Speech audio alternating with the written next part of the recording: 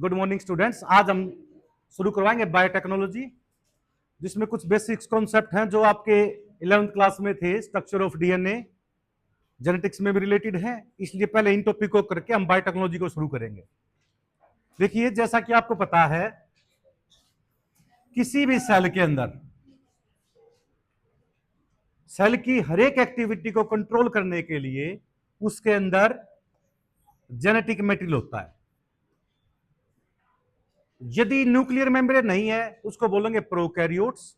यदि nuclear membrane है, well defined nucleus है, उसके अंदर क्रोमोसोम है और क्रोमोसोम के अंदर डीएनए होते हैं।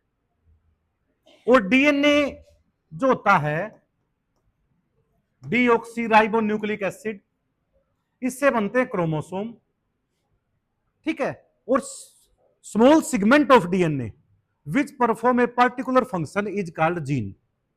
क्या बोलेंगे इसको? हमें जीन बोलेंगे। मेंडल ने इनको फैक्टर बोला था, अब इनका नाम जीन है। जीन कुछ नहीं, एक छोटा सा डीएनए का सेगमेंट जो एक पर्टिकुलर फंक्शन परफॉर्म करता है।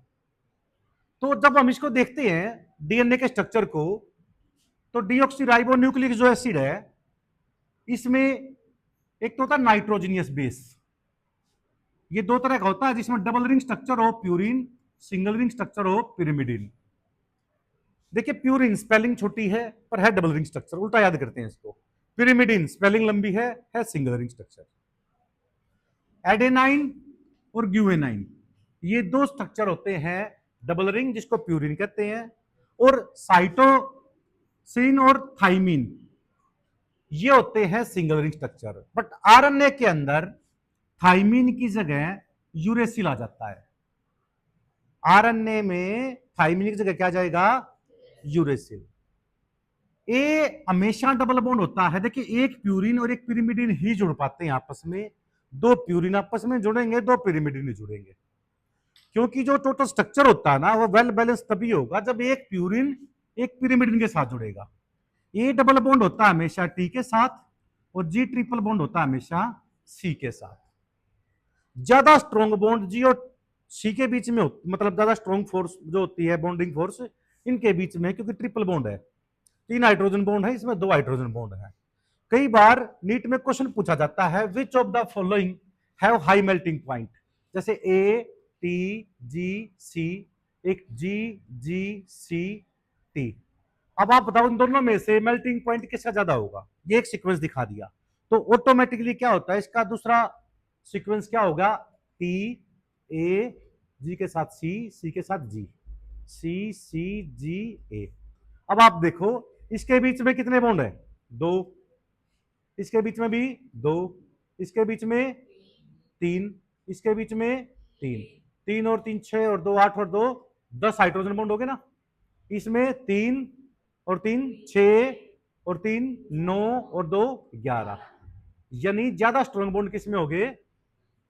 सेकंड वाले में, इसलिए इसका मेल्टिंग पॉइंट ज्यादा होगा, ठीक है ना। तो इस तरह से निकालना होता है आपको। दूसरा, पेंटोज शुगर। अच्छा, एक क्वेश्चन न्यूमेरिकल इसका भी वो भी आता है कि यदि किसी डीएनए सीक्वेंस में ए की कंसंट्रेशन 10% है, तो बाकी तीनों के निकाल दो, तो टी की कितनी मिलेगी? 10। 10 और 10 कितने हो गए भाई? 20। 100 में से 20 गए। जी कितना मिलेगा? 40। और सी भी कितना मिलेगा? 40। तो टोटल 100% आनी चाहिए, यानी 40 40 80 ये हो गया। मान लीजिए ए की कंसंट्रेशन 20% है। ए कितना है? 20% है। कितना है भाई? टी कितना होगा? दोनों मिला कितने हो गए? 100 में से 40 गए, 30 क्या मिलेगा? 30 क्या मिलेगा? तो ये दो न्यूमेरिकल आते हैं, इसलिए प्लीज इसको अच्छी तरह याद कर लेगा। दूसरा, पेंटोज शुगर। पेंटोज शुगर दो तरह की होती है भाई। एक तो डी ऑक्सी, डी का मतलब निकल गया, ऑक्सी का मतलब ऑक्सीजन, जिसमें एक ऑक्सीजन निकल जाए, यानी C5H10O4। क्योंकि नॉर्मल कार्बोहाइड्रेट का फॉर्मूला क्या होता है? CnH2nOn। 5 यहां पे आ गया तो ये 10 हो जाएगा, यहां 5 हो जाएगा। ये तो होगा राइबोज शुगर। यदि एक ऑक्सीजन कम होगी, देखो इसमें एक ऑक्सीजन कम होगी, 5 की जगह कितनी होगी? 4 होगी, इसका नाम होता है डीऑक्सीराइबोज शुगर। ये डीएनए में होती है और ये आरएनए में होती है। डीऑक्सीराइबोज शुगर डीएनए में मिलेगी और राइबोज शुगर किसमें मिलेगी? आरएनए में। और एक फॉस्फोरिक एसिड होता है जिसको फॉस्फेट कह देते हैं सिंपल। अब यहां देखिए,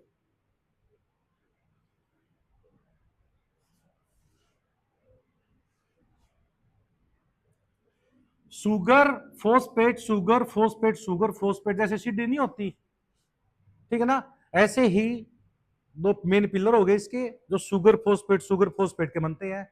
फॉस्फेट का मतलब फॉस्फोरिक एसिड है ये, और ये पेंटोज शुगर है। ये दोनों जो जुड़ते हैं ना, इसको बोलते हैं phosphodiester bond. Between pentose sugar और फॉस्फेट के बीच में जो बॉन्ड होता है, इसका नाम होता है फॉस्फोडाइएस्टर बॉन्ड। अब जो नाइट्रोजनियस बेस है ना, वो जुड़ते हैं पेंटोज शुगर से, ना कि फॉस्फोरिक एसिड से। ध्यान रखना इस बात का। फॉस्फेट से नहीं जोड़ने। बहुत सारे बच्चे डायग्राम बनाते हैं, फॉस्फेट से जोड़ देते हैं। फॉस्फेट से नहीं जुड़ते, वो शुगर से जुड़ते हैं। और उस बॉन्ड का नाम क्या हो गया भाई? जो ये बॉन्ड है इसका नाम क्या हो गया? Glycosidic bond. अब मैं पूछूं पेंटोज शुगर और नाइट्रोजनियस बेस के बीच में बॉन्ड का नाम क्या हो गया? ग्लाइकोसिडिक। और फॉस्फोरिक एसिड और पेंटोज शुगर के बीच में बॉन्ड का नाम क्या हो गया? अब मैं पूछूं प्यूरिन से पिरिमिडिन, नाइट्रोजनस बेस की आपस में जो बॉन्डिंग होती है वो कौन सा बॉन्ड होता है? Hydrogen bond. यानी ए और टी के बीच में कौन सा बॉन्ड है? हाइड्रोजन। जी और सी के बीच में क्या है? तो 3 बॉन्ड है, 3 हाइड्रोजन बॉन्ड। यानी इस बॉन्ड का नाम क्या हो गया? हाइड्रोजन। और इस बॉन्ड का नाम क्या हो गया? ग्लाइकोसाइडिक। और इस बॉन्ड का नाम क्या हो गया? Phosphodiester bond. इस तरह से स्ट्रक्चर चलता रहता है। ए टी जी सी कोई भी रेंडमली आप लिख सकते हो, पर चारों को लिख दो एक बार, पता लग जाएगा अभी टीचर्स को कि आपको आता है। अब क्या होता है, ये दो चीज मिल जाए ना, पेंटोज शुगर, ये क्या नाम है, एक तो आ गया ये पेंटोज शुगर, दूसरा कौन सा होगा? Nitrogenous base. नाइट्रोजनियस बेस और पेंटोज शुगर आपस में मिल जाए, इसको बोलते हैं न्यूक्लियोसाइड। क्या बोलेंगे? यानी फॉस्फोरिक एसिड को, फॉस्फेट को साइड में कर दिया, न्यूक्लियोसाइड बोलते हैं इसको।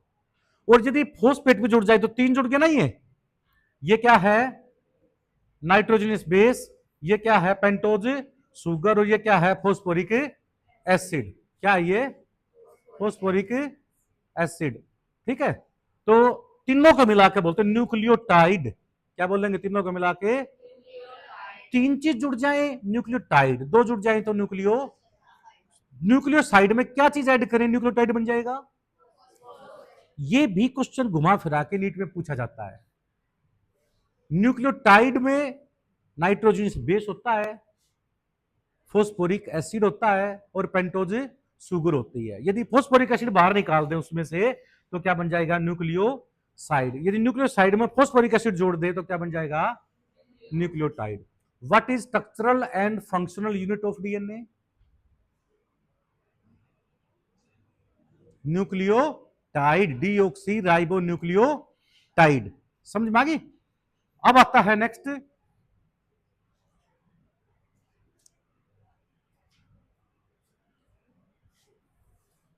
ये देखिए। अब डीएनए के जैसे 2 स्ट्रैंड होते हैं ना, ये छोटी छोटी टर्म्स बता रहा हूं मैं आपको, आगे चैप्टर समझ में नहीं आएगा यदि आपने यहां पे ध्यान नहीं दिया तो।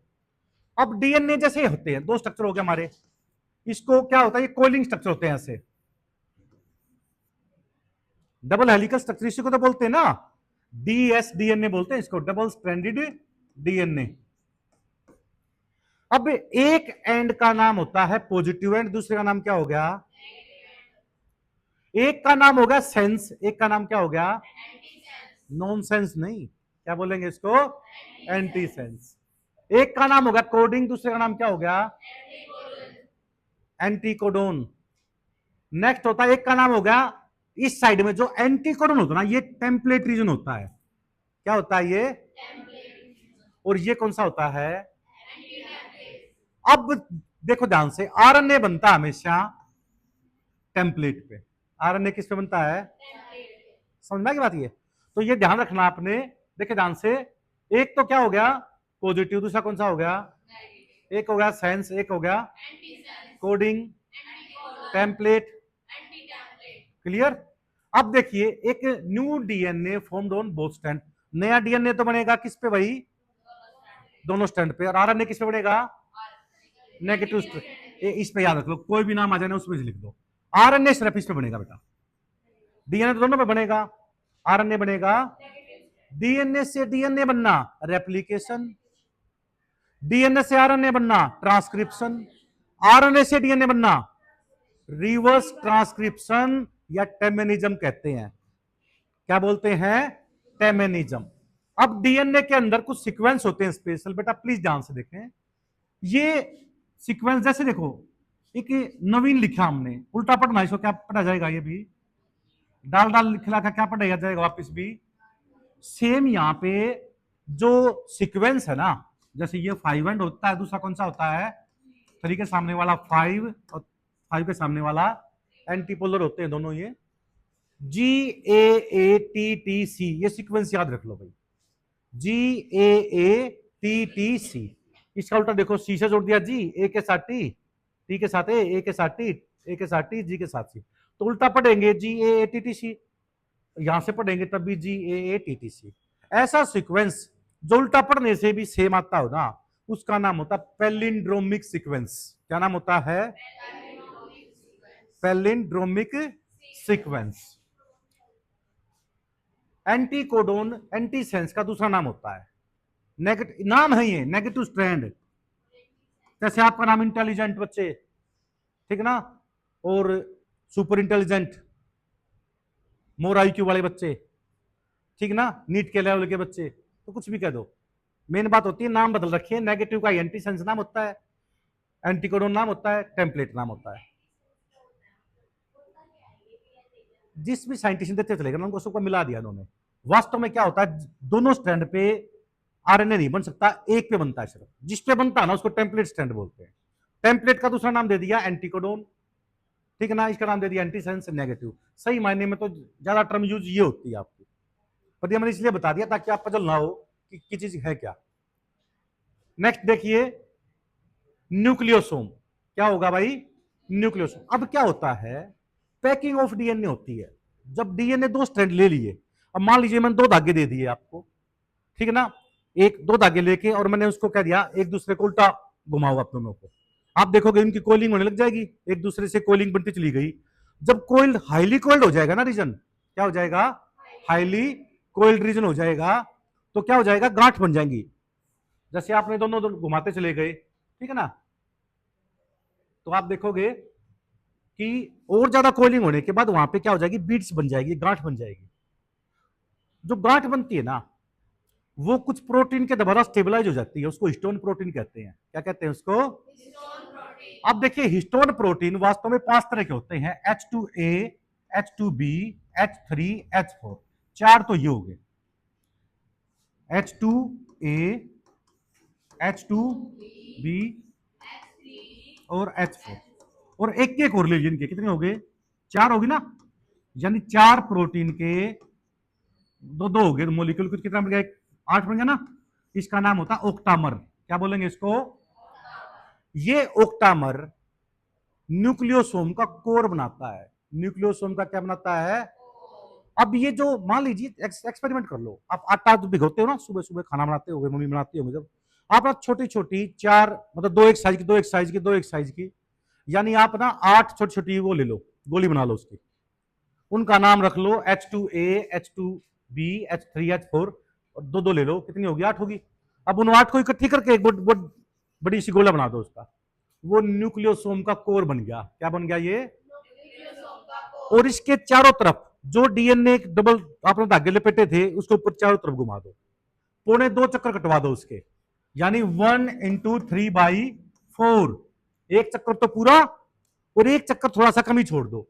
जैसे मान लीजिए ये न्यूक्लियो बॉडी है, यहाँ पे न्यूक्लियोसोम है, ये एक चक्कर तो पूरा हो गया, दूसरा और 2.25 चक्कर, फिर यहाँ पे घुमा दिया एक पूरा, फिर यहाँ घुमा दिया, फिर यहाँ घुमा दिया पूरा, फिर यहाँ, तो आप देखोगे ये न्यू बॉडी है, NU, न्यूक्लियोसोम की बॉडी है, न्यूक्लियोसोम का कोर है ये कोर में वास्तव में 8 प्रोटीन है, 2H2A, 2H2B, 2H3, 2H4।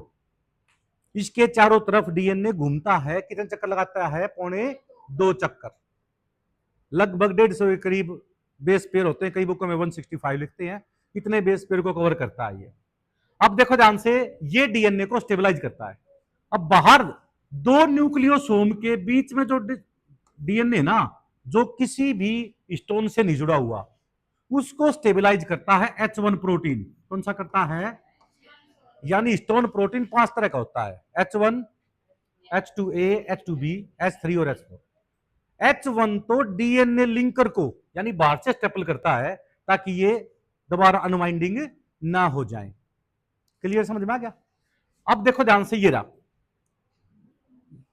Highly coiled region of DNA, highly coiled region of DNA have octamer, that is called new body, it form nucleosome, distance between two nucleosome is called DNA linker। क्या बोलेंगे इसको हमें? DNA linker। H2A, H2B, H3, H4 ये दो set होते हैं, octamer बोलते हैं इसको, न्यू बॉडी बोलते हैं। ये डीएनए के स्ट्रक्चर को क्या करता है भाई? स्टेबलाइज करता है। क्या करता है? स्टेबलाइज। अब देखो ध्यान से, मैं थोड़ा सा और दिखा देता हूं आपको ना, फिर दिक्कत नहीं आएगी। ये वाटसन क्रिक मॉडल था ना डीएनए का, A double bond T, T double bond A, G triple bond C, ऐसे कोल्ड रीजन होता है ये। फिर हमने क्या किया, ये देखो ऐसे कोल्ड रीजन होता है, डबल हेलिकल स्ट्रक्चर डीएनए का, ये दिखा रखा है। ये माइनर ग्रू दिखा रखा है, ये मेजर ग्रू दिखा रखा है। एक कंप्लीट रन के अंदर, जैसे यहां से लेकर यहां तक एक कंप्लीट हो गया, इसमें 10 बेस पेयर होते हैं। कितने बेस पेयर होते हैं भाई? 10। यदि मैं ये कहूं आपको कि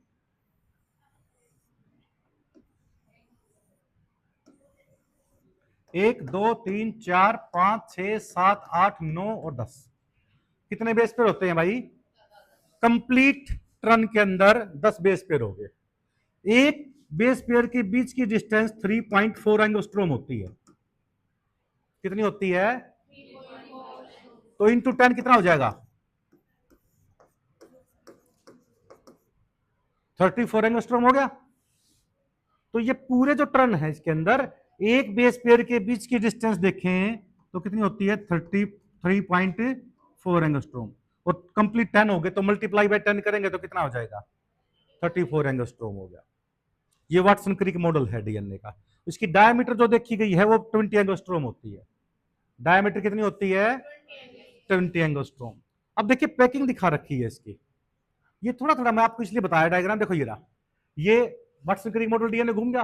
ये जब और सुपर कोइलिंग होगी इसकी तो ये H2A, H2B, H3, H4 की दो दो यूनिट बढ़ गई, जो क्या बन गया यहाँ पे? ऑक्टामर बन गया ना।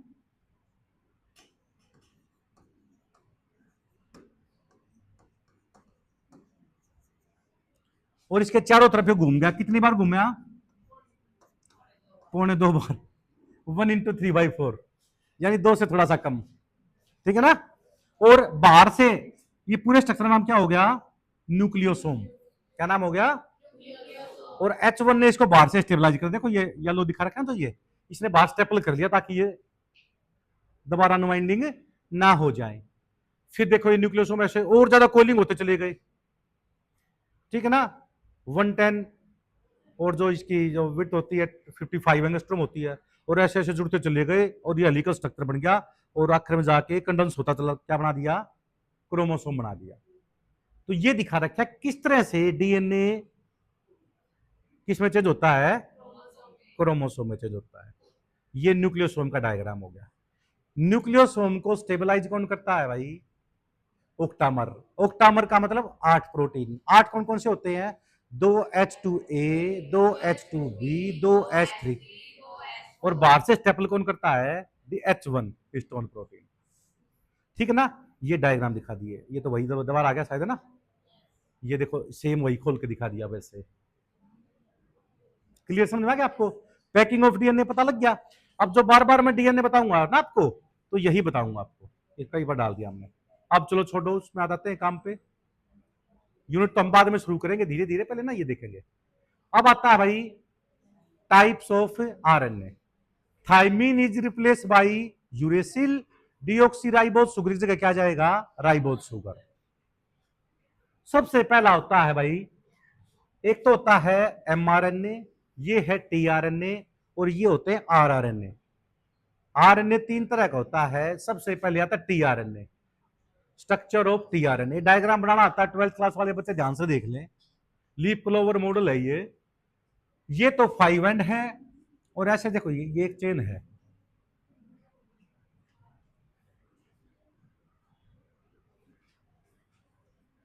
देखिए टीआरएनए का जब डायग्राम देखते हैं ना हम, ये 5 ऐसे चेन है क्या,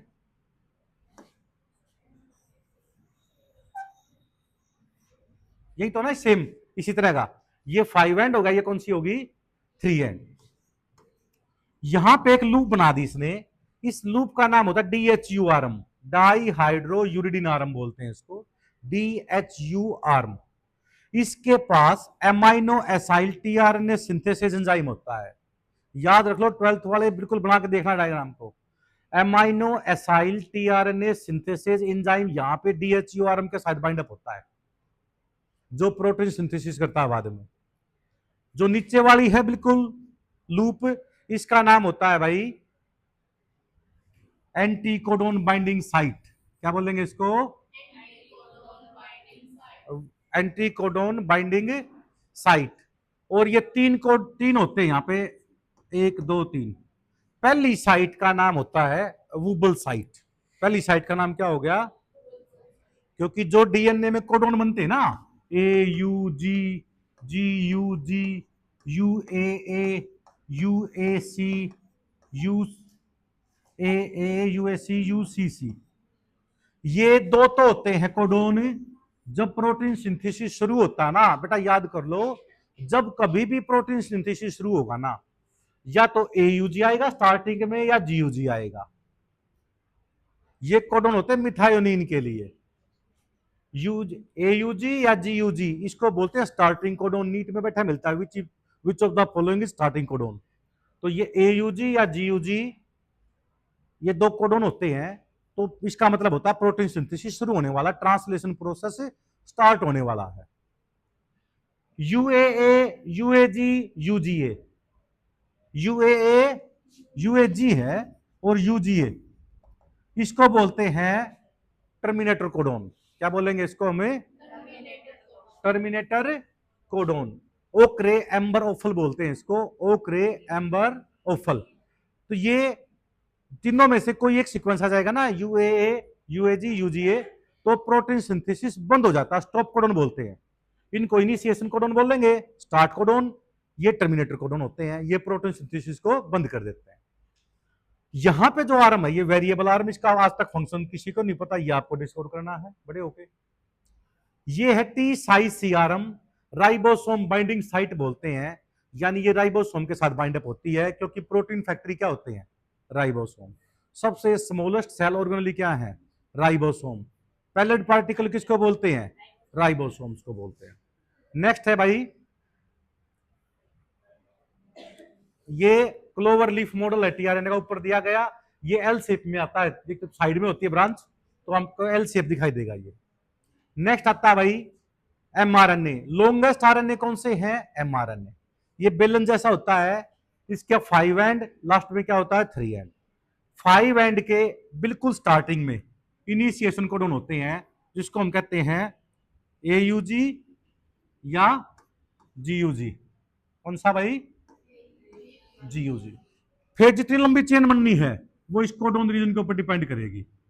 आखिर में क्या आएगा, UAA, UAG, UGA, ochre amber opal, ochre amber opal. ठीक है ना, इन तीनों में से कोई भी कोडोन आ जाए ना तो प्रोटीन सिंथेसिस बंद हो जाएगा। ठीक है ना, उसके बाद नॉन कोडिंग, और लास्ट में ए सीक्वेंस कई बार होता है, इसको पोली ए टेलिंग बोलते हैं, पोली ए टेलिंग। भाई याद कर लो फिलहाल जो बता रहा हूं, समझ में आ जाएगा एक एक चीज आपको। फिर आता है राइबोसोम्स। फिर क्या आते हैं भाई, 60s और 40s की 2 यूनिट होती हैं, प्लीज यहां देखिए।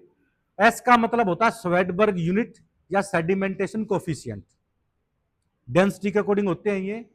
तो 80s और 70s टाइप के दो तरह के राइबोसोम होते हैं। 70s राइबोसोम प्रोकैरियोटिक में मिलेंगे, किसमें मिलेंगे, यानी मोनेरा, जहां पे प्रोकैरियोट्स मतलब जहां पे न्यूक्लियर मेम्ब्रेन नहीं होती, मोनेरा किंगडम में।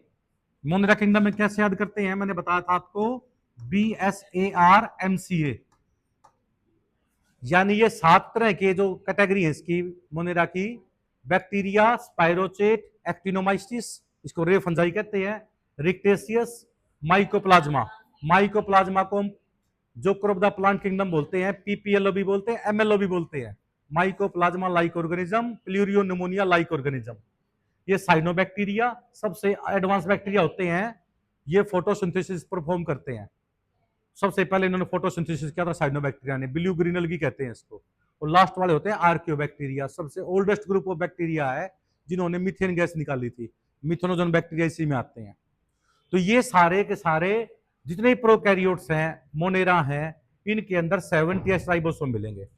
और आपको पता है, मैंने बताया था आपको, प्लास्टिड, ल्यूकोप्लास्ट, क्लोरोप्लास्ट, क्रोमोप्लास्ट, इनका ओरिजिन भी किससे हुआ है, बैक्टीरिया से हुआ है, इसलिए इनके अंदर भी 70s राइबोसोम मिलेंगे। माइटोकॉन्ड्रिया का ओरिजिन भी किससे माना जाता है, बैक्टीरिया से माना जाता है, इसलिए बैक्टीरिया के अंदर, ये माइटोकॉन्ड्रिया के अंदर भी 70s टाइप राइबोसोम मिलते हैं।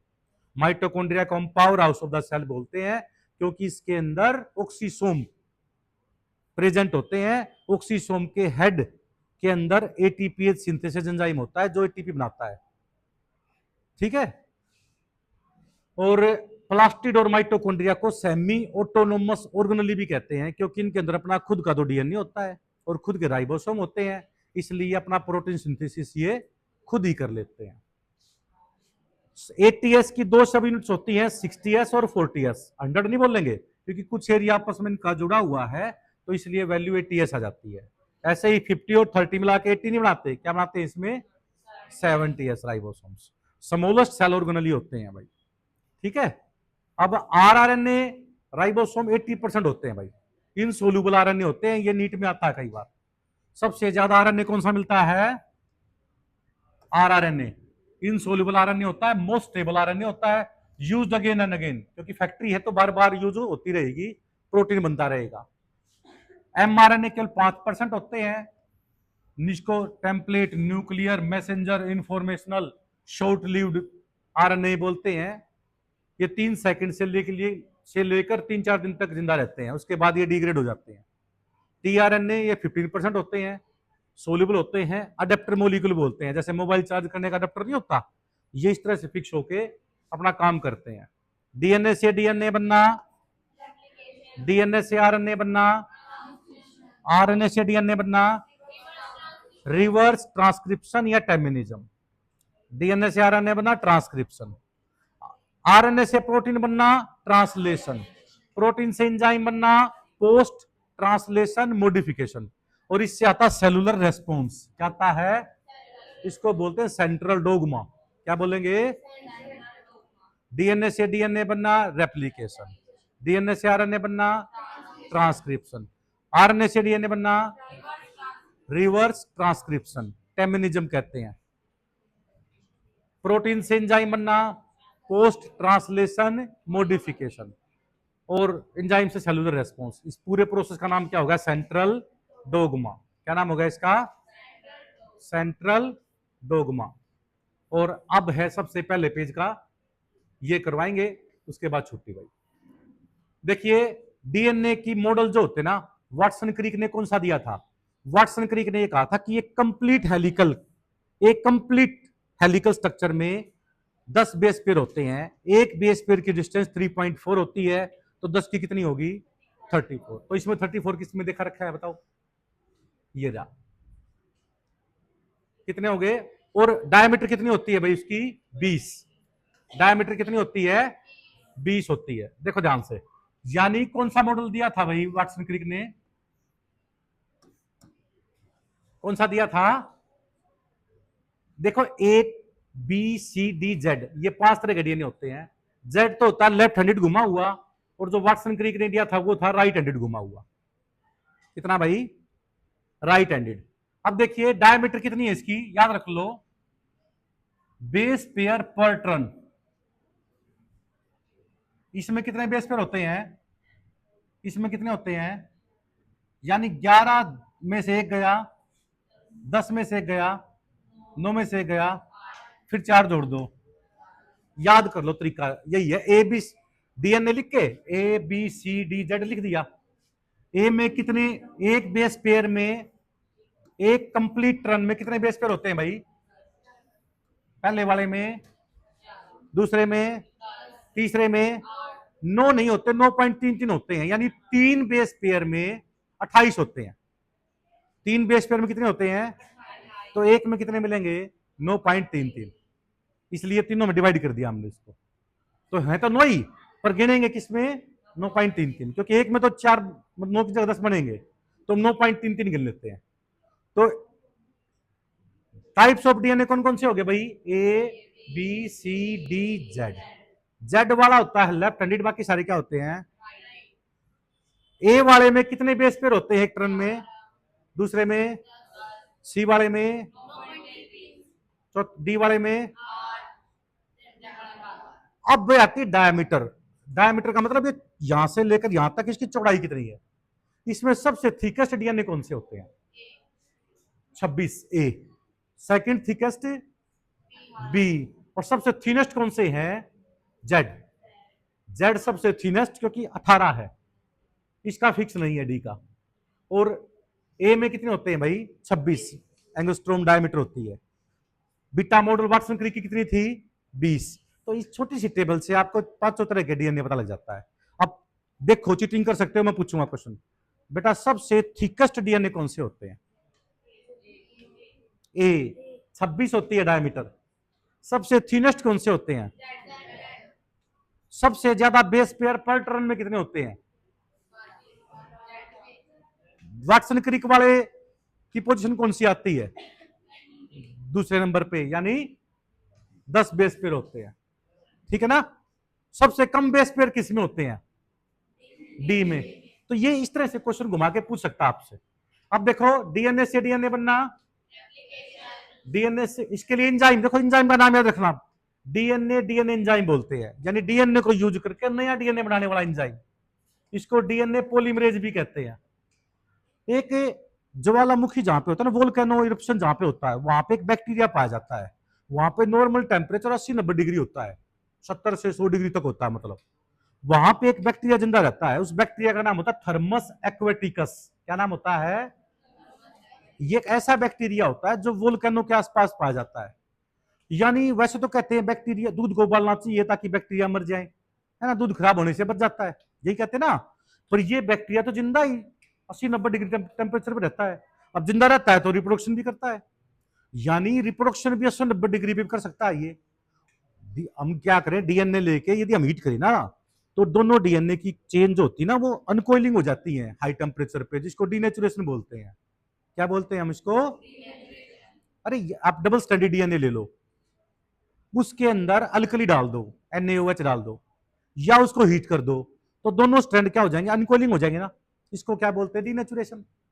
तो ये देखो, ये एक ऐसा बैक्टीरिया है जो 90 डिग्री पे जिंदा है और 90 डिग्री पे रिप्रोडक्शन भी कर रहा है, थर्मस एक्वेटिकस बोलते हैं। साइंटिस्टों ने इस बैक्टीरिया को यूज करके polymer chain reaction, police control room नहीं, पीसीआर का मतलब यहां पे पॉलीमर चेन रिएक्शन, इससे डीएनए की मल्टीपल कॉपी बनाने लग गए, ठीक है ना, डीऑक्सी राइबो न्यूक्लिक एसिड, ठीक है। ये जो होता है ना रेप्लिकेशन प्रोसेस होता है, डीएनए एंजाइम बोलते हैं। पहला डीएनए इसलिए लिखते हैं जिसके ऊपर काम करे, दूसरा डीएनए इसलिए लिखते हैं जो चीज बनाए।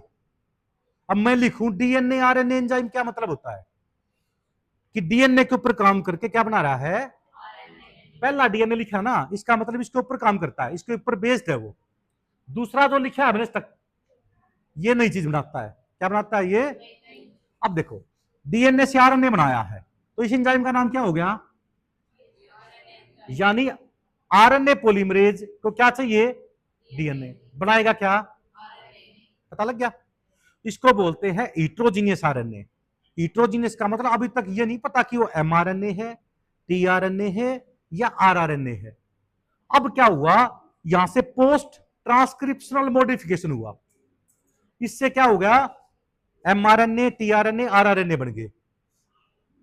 अब आरएनए से भी डीएनए बनना क्या बोलते हैं, टेमिनिज्म। टेमिन और बाल्टीमोर ने ढूंढा था इसको, रिवर्स ट्रांसक्रिप्शन कहते हैं इसको। इसको बोलते हैं आरएनए डीएनए एंजाइम। कई बार यह आ जाता है which type of enzyme is reverse transcriptase, तो आरएनए डीएनए एंजाइम है, यानी चाहिए तो इसको आरएनए और बनाएगा क्या डीएनए। डीएनए क्या होता है, डीएनए पे काम करके नया डीएनए बनाएगा, डीएनए पे काम करके आरएनए बनाए तो डीएनए आरएनए एंजाइम, और आरएनए पे काम करके डीएनए बनाए तो क्या बोलेंगे, जो डीएनए आरएनए से बनता ना उसकी कैसे पहचान होगी, उसके आगे सी लिख दो, क्या लिख दो, सी डीएनए, यानी कॉम्प्लीमेंट्री डीएनए। ये अंडरस्टूड होता है कि वो डीएनए आरएनए से बनाया है। डीएनए क्या, छोटा सा सी लिख रहे, क्या होता है, क्या मतलब होता है उसका, कॉम्प्लीमेंट्री डीएनए। किससे बना है वो, आरएनए से बना है, ये मैंने बताया था। सबसे ज्यादा कौन सा होता है, 80%, आरआरएनए, एमआरएनए 5%, टीआरएनए 15%। इनसोल्युबल कौन सा होता है, सोल्युबल कौन सा होता है, टीआरएनए।